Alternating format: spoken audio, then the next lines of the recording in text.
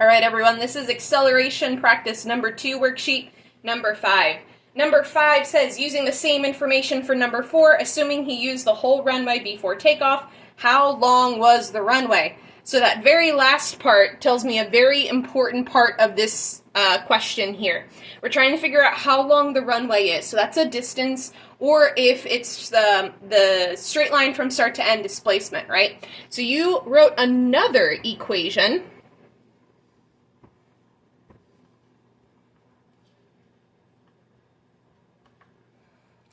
Move that down a little bit so you can see it.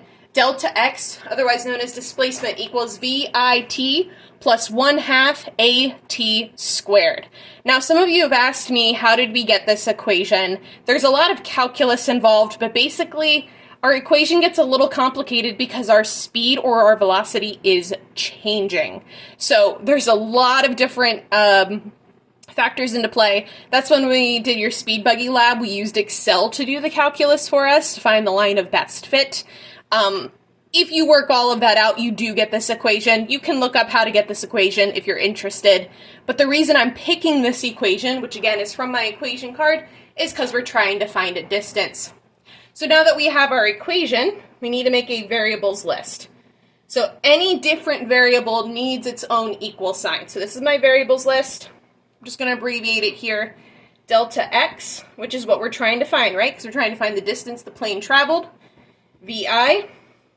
Again, information is the same from number 4, so that's going to be 0 meters per second because the plane started from 0. Our time was 12 seconds. And finally, our acceleration is 5.2 meters per second, or meters per second squared. Again, those are the same units. You can use them interchangeably. And again, the reason I used this guy and not this guy, okay, because I saw a lot of people starting to write this equation. Yes, this is the acceleration equation, this guy right here, but it has nothing to do with distance. Notice it has acceleration, a velocity, which is the speed, and time, but it has nothing about distance. So that's what tells me in my head, ding, ding, ding, that's probably not the equation I'm going to use. I'm going to use this guy up here instead. Now, thankfully, delta x is on its own. That's what we're trying to find out. Sorry that meters per second got cut there. Let me write it over here. Again, you can use either units for that. Does not matter to me. You don't have to put both. I prefer you not to put both. Please pick one of them.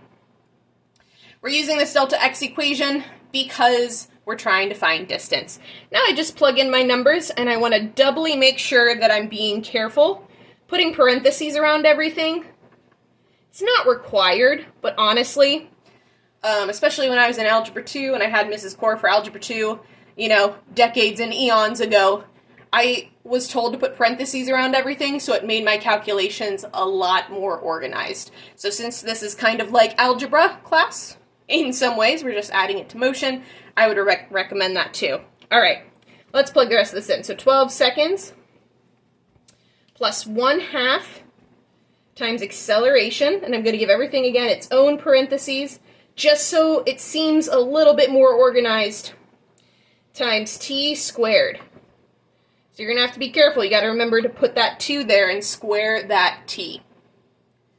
All right, so 0 times 12 is 0. So I'm going to simplify this equation out. This becomes 0 meters, right, because seconds and seconds cancel out with each other, plus 1/2 times 5.2 meters per second, and then we're going to square that 12 seconds. So that's going to be 144, and that's going to be seconds squared. Now again, you don't have to put the units in the math. It is super helpful for you, but you could just put 144, and that would be fine. Now we just got to take 144 times 5.2 times 1/2. So let me take a moment to do that over on my calculator. 144 times 5.2 times 1/2. Delta x equals 374.4 meters, because we're finding a distance, right? So that runway is 374.4 meters. Again, all I did was make my variables list, with the information I had in number 4. This is number 5, though. It's like a part 2 in a way. I just named it number 5. I'm using the delta x equation because I'm trying to find a distance. And then I just plug in my numbers. Hardest thing about that is making sure you put the numbers in the right spot, plus calculating. You always want to double check your calculations, especially in a big equation like this.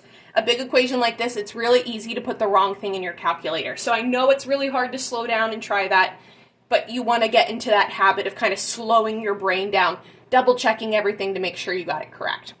All right, that's number 5.